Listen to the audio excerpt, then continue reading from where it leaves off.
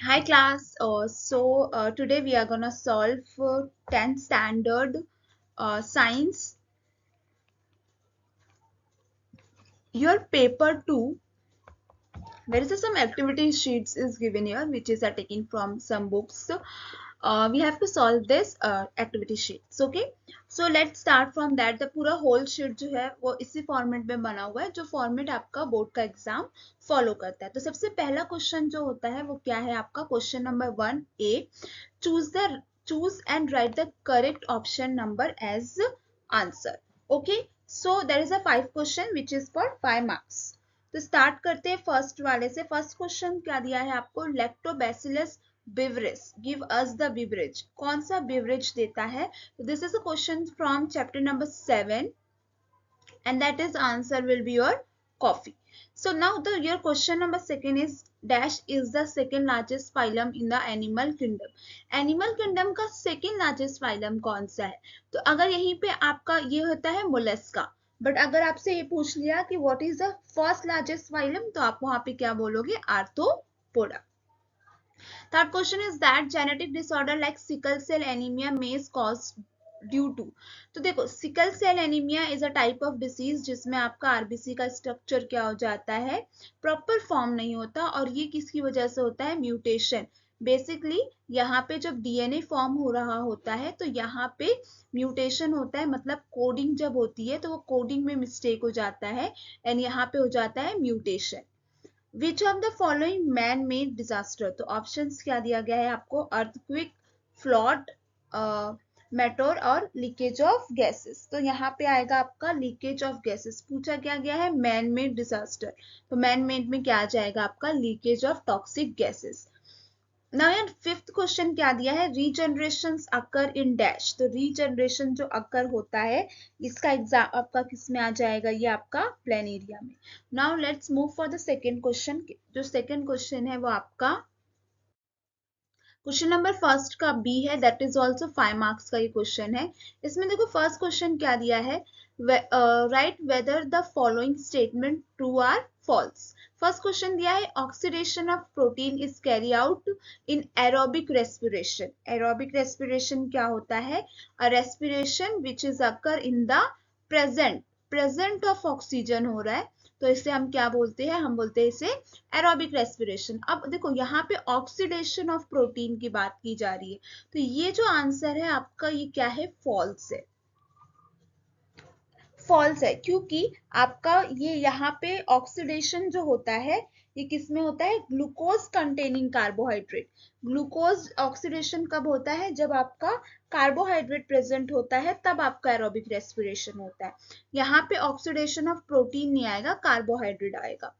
Through I am a question number 2 क्या है? Through I am a multicellular there is a no tissue in my body, what is the name of phylum? तो आपका पता है multi cellular है मगर कोई भी टिश्यू नहीं है, तो ये आपका कौन हो जाता है? Phylum Porifera. ठीक है. उसके बाद ना नेक्स्ट क्वेश्चन क्या दिया गया है आपको कि match the correct pair. This is a very easy question. Male male में दिया है और हमें क्या दिया गया है? यहाँ पे क्रोमोसोम दिया गया है, तो हमें पता है ये क्या होता है? 44 प्लस एक्स वाई. अगर यही आपका फीमेल में दिया होता तो आप क्या लिखते? आप यहाँ पे लिखते for female you are gonna write it down 44 plus X. कभी भी आपको पूछा जाए तो डायरेक्ट इस तरीके से लिखो 46 लिखो, और अगर आपका मेल में है तो 44 प्लस एक्स वाई और यही फीमेल में है तो 44 plus x x. Okay, and now the next question is that write the name of place where the DNA fingerprinting research is done in India. तो DNA fingerprinting जो होता है ये आपका होता है CDFD. That is Center of DNA Fingerprinting and Diagnostic Center. कहाँ पे है ये? हैदराबाद में. ठीक है. Now come to the next question, that is क्या दिया है आपको? करेक्ट कोरिलेशन बताना है. फ्रॉग क्या है? एम्फीबिया है. तो टर्टाइल क्या है आपका? टर्टाइल जो होता है रेप्टाइल है. क्वेश्चन नंबर आपका चैप्टर नंबर 6 से पूछा गया. Now let's move for the question number 2. Question number 2 का ए. तो क्वेश्चन नंबर 2 के ए में क्वेश्चन क्या दिया गया है आपको, गिव साइंटिफिक रीजंस, और एनी टू दिया है, क्वेश्चन दिया है आपको 4 मार्क्स का, मतलब क्या हुआ है आपको ईच क्वेश्चन 2 मार्क्स का दिया गया है, ठीक है। अटेम्प्ट कितना करना है, अटेम्प्ट भी आपको 2 ही क्वेश्चंस करना है, आपको एक ऑप्शनल दिया है। 3 क्वेश्चन है, जो ये फर्स्ट क्वेश्चन दिया है duck bill platypus is connected, ये आपका चैप्टर नंबर 1 से पूछा गया क्वेश्चन है, ये आपका चैप्टर नंबर 3 से, एंड ये डिजास्टर मैनेजमेंट आपका चैप्टर नंबर 10 से पूछा गया है। मैं आपको एक्सप्लेन करती हूँ जो भी इसके आंसर्स है सबको। तो स्टार्ट करते हैं। Okay, so the first question is that, क्या दिया हमारा first question, duck bill platypus is a connected link. देखो, डक बिल प्लेटिपस एक ऐसा एनिमल है जिसके पास कुछ उसके अंदर कैरेक्टरिस्टिक्स रेप्टेलिया का है, कुछ कैरेक्टरिस्टिक्स मैमल्स का है। Because they contain both the characteristics, इसलिए हम इसे क्या बोलते हैं, क्या कहते हैं कि कनेक्टेड लिंक है इसका। सबसे पहली चीज यहाँ पे क्या दी गई है कि डक बिल प्लेटिपस जो है connected link between reptiles and mammals. अब देखो, रेप्टाइल्स की तरह क्या उसके अंदर कैरेक्टर्स है, देख रेप्टेलियन कैरेक्टर्स क्या है इसके अंदर, that they egg laying habit. Egg laying habit मतलब ये क्या करता है, डायरेक्ट किसी इंडिविजुअल या यंग वन को प्रोड्यूस करने की बजाय एग को ले करता है, ठीक है। तो ये क्या हुआ, इसके पास ये कैरेक्टरिस्टिक्स इसमें होता है, रेप्टेलिया में है, तो ये एक कैरेक्टरिस्टिक्स इसमें है, इसलिए इसको क्या बोला जाता है, ये रेप्टेलियन से कनेक्ट करता है। सेकेंड चीज क्या दी गई है, mammalian characteristics possessions of mammary gland and hairy skins. तो मैमल की तरह इसके अंदर मेमोरी ग्लैंड भी प्रेजेंट होता है, प्लस इसकी स्किन कैसी होती है, हेयरी स्किन होती है। So because they are containing both the characteristics like egg laying habits also and memory glands and hairy skins also contain.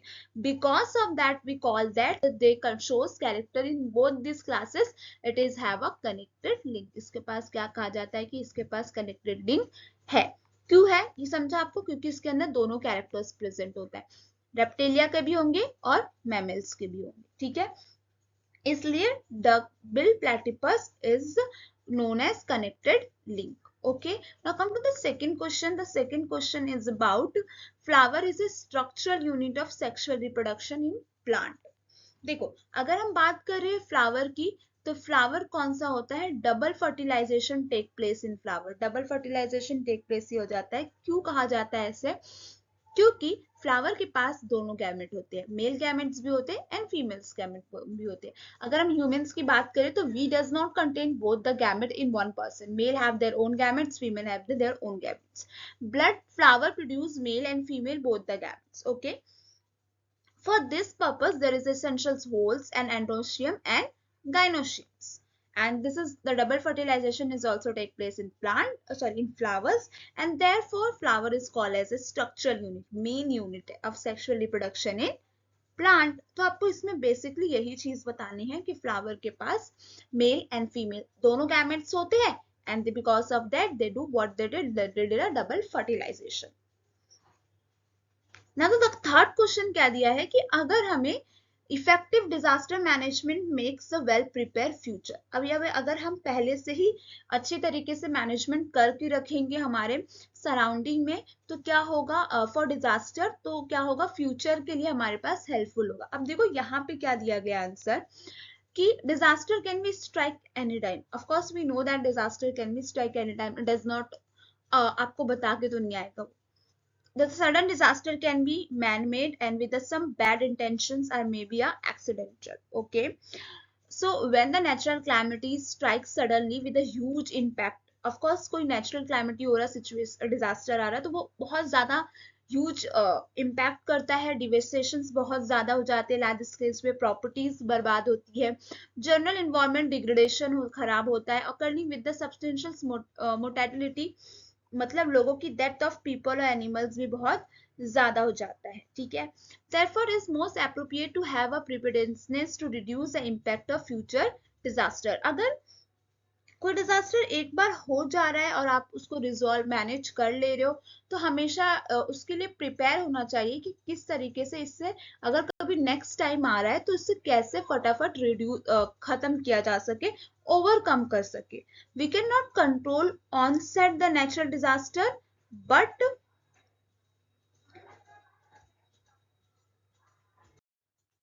but we can definitely reduce the harsh effect of the disaster by following disaster management. Of course हम किसी disaster को होने से नहीं रोक सकते, but अगर अगर वो डिजास्टर हो गया है एक बार और उससे ओवरकम हम एक बार आ चुके हैं, तो क्या कर सकते हैं हम, अगर नेक्स्ट टाइम अगर कहीं पे हो रहा है तो हमने प्रीवियसली क्या इस्तेमाल किया था टेक्निक्स, जिस वजह से हम वहां से निकले थे, उस डिजास्टर से उस डिजास्टर को ओवरकम कर पाए थे, हम डेफिनेटली वो चीजों को अप्लाई करके रिड्यूस कर सकते हैं उसके हार्श इफेक्ट को।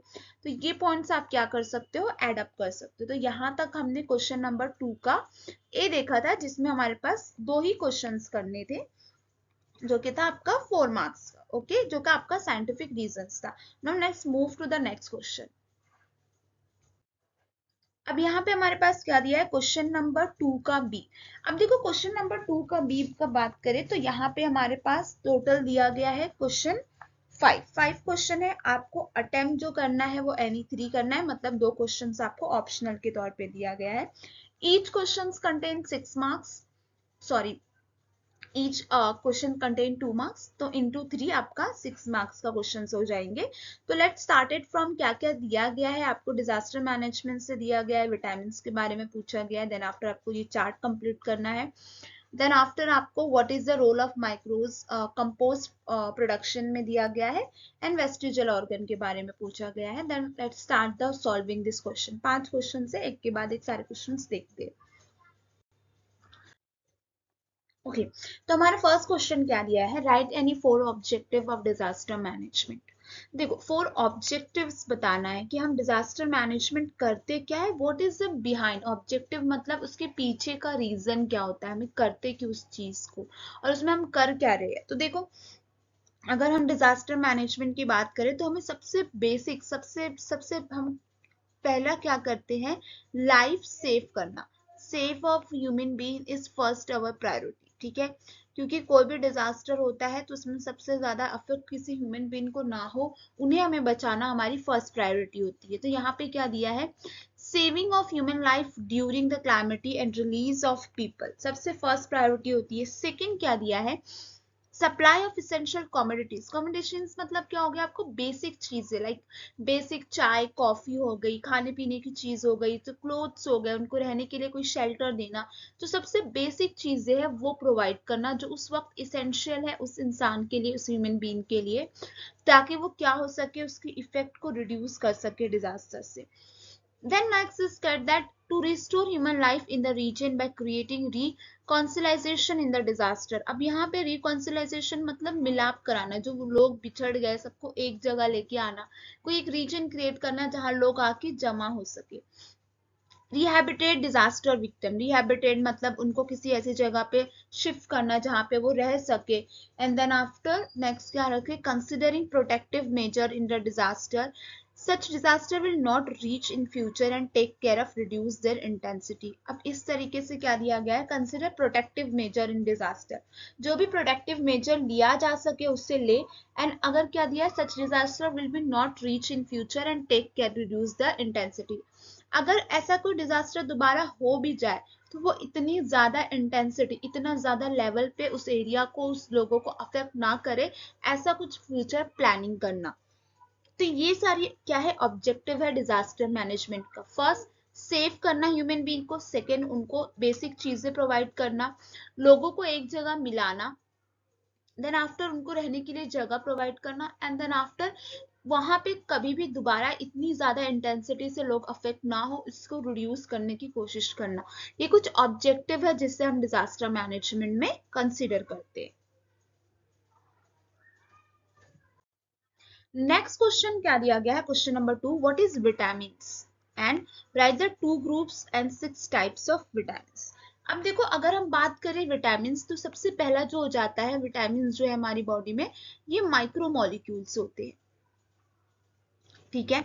अब देखो मैंने ये आंसर आपकी बुक में से उठाया है, जिसमें क्या दिया गया है, vitamins is a group of heterogeneous compound, heterogeneous compound है, हेट्रोजेनस का मतलब होता है डिफरेंट, हेट्रो, ठीक है, which is essential proper operation, which is role क्या होगा उसका, proper operation of various process of body, हमारी बॉडी के प्रोसेस करने में ये काम करता है। अगर हम बात करें 6 टाइप्स ऑफ विटामिन की, 6 टाइप्स ऑफ विटामिन की बात करें तो हमारे पास पूरा जो विटामिन है वो क्या क्या है, A B C D E और के, ये हमारे पास विटामिन। इसमें से दो हिस्सों में डिवाइडेड है आपका विटामिन। ये कैसा दो हिस्सों में डिवाइडेड है, यहाँ पे है फैट सॉल्युबल, जो फैट में सॉल्युबल है, और दूसरा जो है वो है आपका वाटर सॉल्युबल। ठीक है, अगर अगर यहाँ पे हम बात करें तो जो आपका बी एंड सी विटामिन होता है वो है आपका वाटर सॉल्युबल। उसके अलावा जब हम बात करें ए डी ई और के की, ये चारों कैसे विटामिन है, ये चारों जो है वो क्या है आपका, ये फैट सॉल्युबल है। आप आंसर जब लिख रहे हो तो मेक श्योर करो कि आप पहले डेफिनेशंस लिखो, उसके अलावा इस चीज को डिफरेंस कि there is the 6 types of, like यहाँ पे आपको दिया है 6 टाइप्स ऑफ विटामिन हमारी बॉडी में प्रेजेंट है। Out of this A B D K is a fat soluble and then after B C is a water soluble. इतना लिखा आपने, तो यहाँ पे इतने पॉइंट्स आप लिख दोगे। इसके अलावा देखो यहाँ पे दिया FADH2 NADH2 इज प्रोड्यूस, कौन से प्रोड्यूस होता है, ग्लाइकोलिसिस एंड क्रेब्स साइकिल में।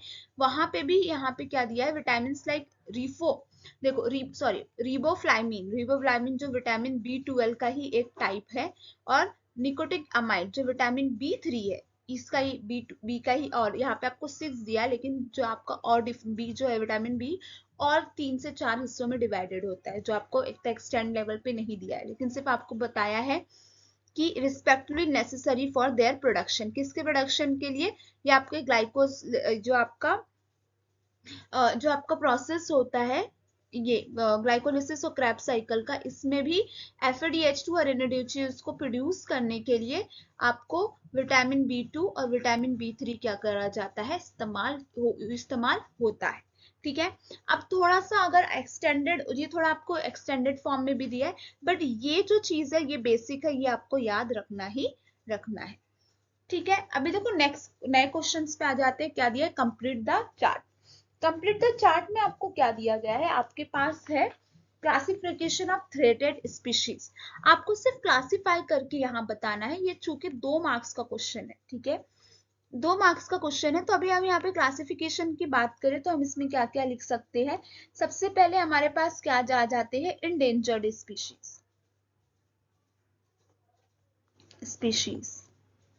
ठीक है, उसके अलावा दूसरे में हमारे पास है रेयर स्पीशीज, उसके बाद है वनरेबल स्पीशीज,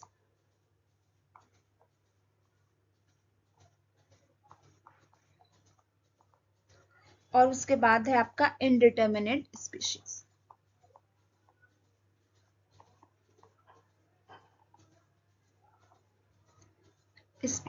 ठीक है, आप इसका क्या करोगे, नाम लेबल कर दोगे। आपको कुछ ज्यादा इसमें एक्सटेंडेड नहीं है, लिखने के बाद अगर आपको इसमें कुछ एग्जांपल्स याद है, तो अगर आपको प्रॉपरली याद है तो आप क्या करोगे, लिख लो।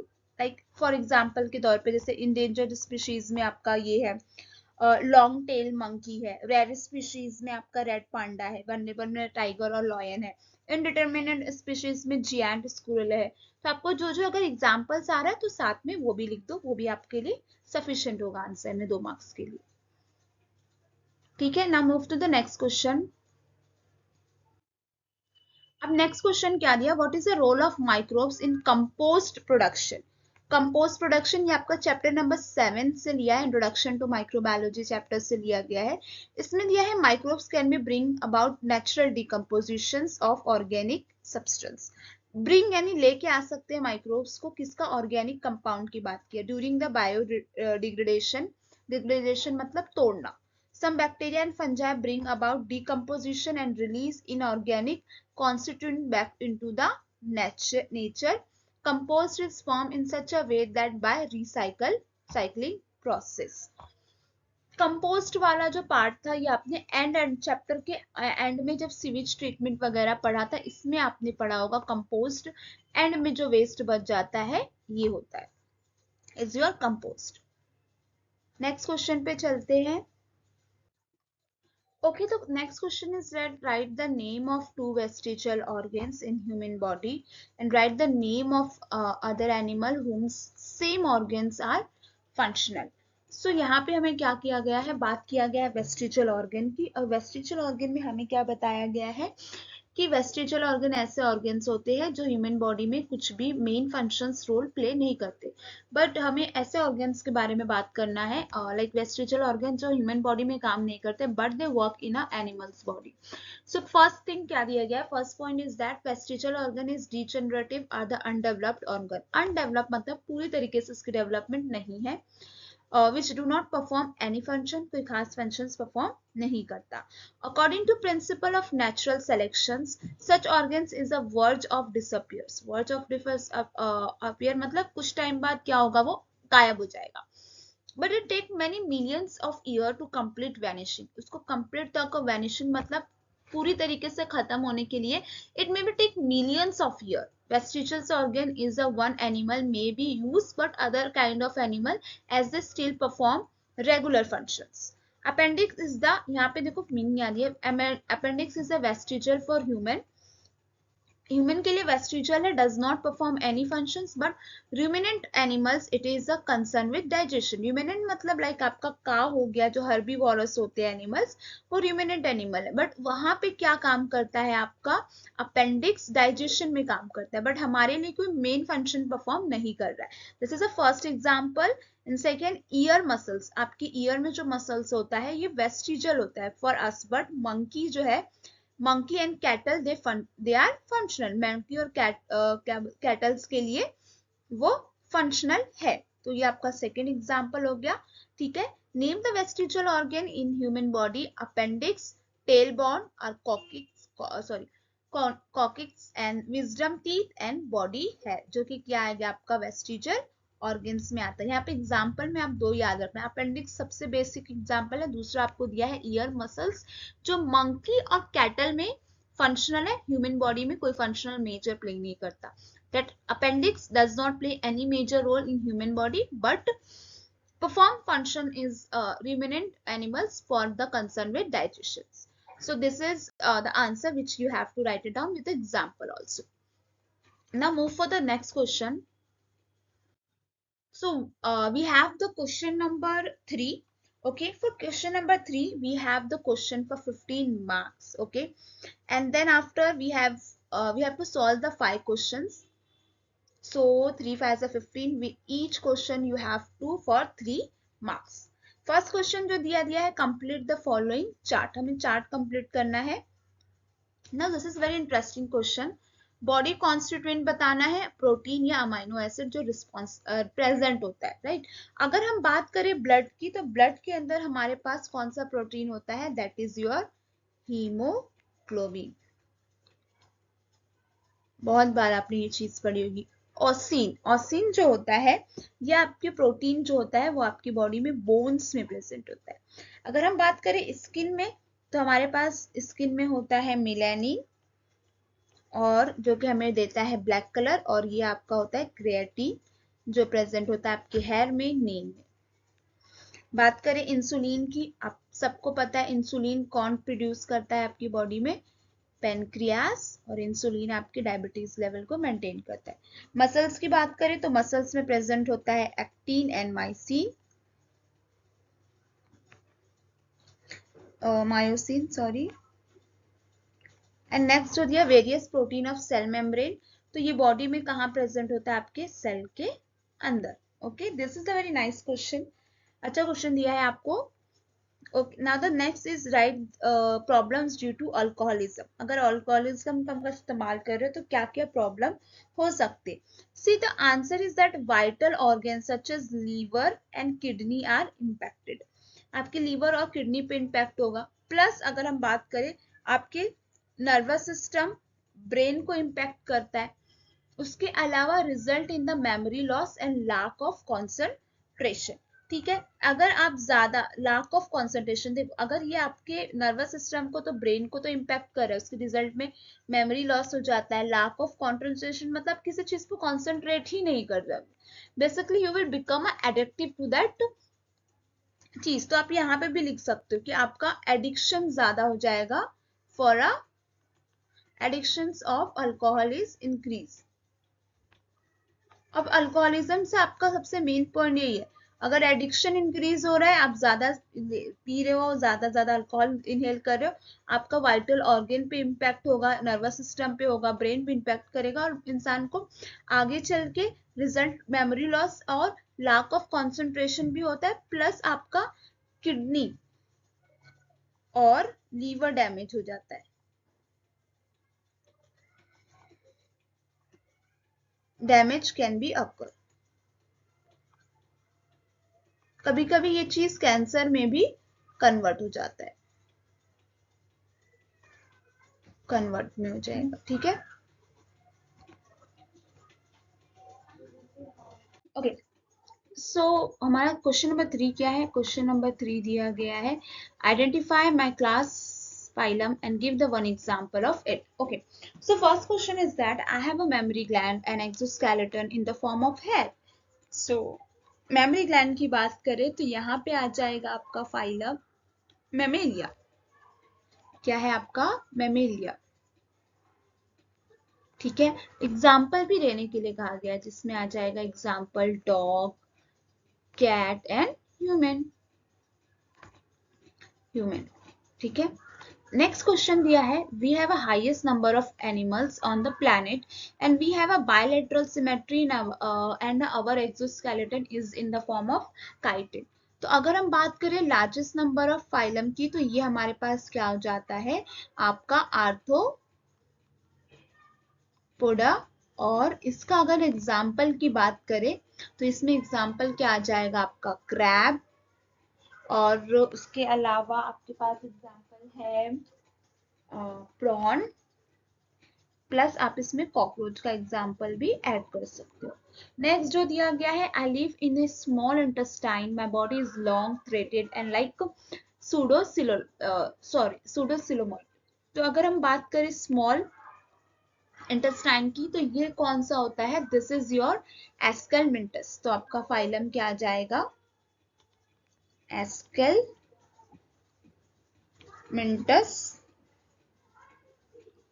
और अगर हम एग्जाम्पल की बात करें तो ascaris. This is your example of what animal, जो कि आपका फाइलम एस्केलमेंटस में होता है। अगर यहीं पे लार्जेस्ट में सेकंड लार्जेस्ट आता तो आप लिखते इस पे मोलस्का। क्वेश्चन नंबर 6 क्या दिया गया है? क्वेश्चन नंबर 4 क्या दिया गया है? Distinguish between asexual and sexual reproduction. ठीक है, अब देखिए यहाँ पे देखते हैं एसेक्सुअल एंड सेक्सुअल के बीच का डिफरेंस क्या बताया गया है, वो चेक करते हैं आपको कैसे लिखना है उसे। सो यहाँ पे अगर जब बात करें एसेक्सुअल रिप्रोडक्शन की और सेक्सुअल रिप्रोडक्शन की, तो यहाँ पे आपको 5 पॉइंट्स दिया गया है। अब देखो, एसेक्सुअल रिप्रोडक्शन के बारे में क्या दिया है? Reproduction that occur with the help of somatic cell it is called as the asexual reproductions, and sexual reproduction occur due to the fertilizations of gametes, and this is called as a sexual reproduction. अब fertilizations of gametes, आपको पता है there is a female gametes, male gametes दो होता है, एक हो गया आपका फीमेल में एग होता है, एंड मेल में क्या होता है जिसे हम बोलते हैं आपका ये ओवम, और यहाँ पे होता है स्पर्म, जिस वजह से ये आपके गैमेट्स होते हैं। और इसके ही फर्टिलाइजेशन होने से, fertilisation they come together and form zygote, तो यहाँ पे क्या होता है आपका रिप्रोडक्शन स्टार्ट होता है। सेक्सुअल रिप्रोडक्शन में हमें जरूरत होती है गैमेट की, जबकि यहाँ पे जब बात करें एसेक्सुअल में तो सिर्फ और सिर्फ हमें इसकी जरूरत होती है, सोमैटिक सेल्स की जरूरत होती है। सेकेंड में आ जाए तो सबसे एसेक्सुअल में क्या जरूरत होती है? एक ही पेरेंट्स की जरूरत है, एक पेरेंट्स से भी क्या हो सकता है? रिप्रोडक्शन हो सकता है।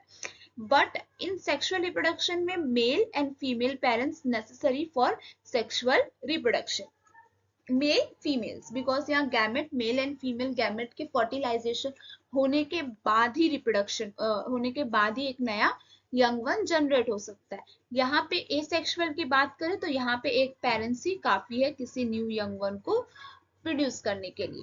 The production occur with the help of mitosis only, cell division में सिर्फ माइटोसिस होता है। तो यहाँ पे क्या दिया है? Reproduction occur with the help of both, mitosis भी चाहिए होता है and then we require meiosis also, दोनों सेल डिवीजन होता है। New individual form by method of genetically identical with parents. Genetically मतलब क्या हुआ? जब आइडेंटिकल मतलब एग्जैक्ट सेम होंगे अपने पेरेंट्स की तरह। जो भी न्यू इंडिविजुअल फॉर्म हो रहा है method genetically different from parents, वो पेरेंट्स की तरह सिमिलर नहीं होगा, उनके अंदर डिफरेंसेस नजर आएंगे आपको। यहाँ पे जब एसेक्सुअल की बात कर रहे हैं, ऑफकोर्स एक ही पेरेंट्स है, तो वो कैसा हो रहा है, जेनेटिकली आइडेंटिकल सिमिलर है, लेकिन यहाँ पे दो पेरेंट्स है तो उसमें चेंजेस आ जा रहा है, जो young one new individual form हो रहा है उसमें, तो ये सेम नहीं होगा, जेनेटिकली डिफरेंस होगा।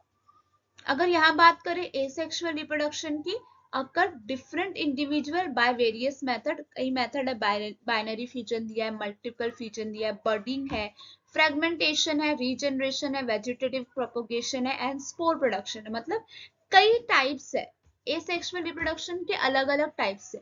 अगर सेक्सुअल रिप्रोडक्शन की बात करें तो यहाँ पे 2 स्टेप्स में दिया है। First step formation of haploid gametes by meiosis and then fertilisation से क्या हो रहा है, हिप्लॉइड गैमेट्स फॉर्म हो रहा है to form a diploid zygote and there is a no sub types of sexual reproduction। ठीक है, यहाँ सेक्सुअल रिप्रोडक्शन 2 स्टेप में हो रहा है। पहले आपका हिप्लॉइड गैमेट फॉर्म हो रहा है, कौन से प्रोसेस से, मियोसिस से, एंड देन फर्टिलाइजेशन के बाद जो हिप्लॉइड गैमेट है वो किस में कन्वर्ट हो जाएगा, डिप्लॉइड में।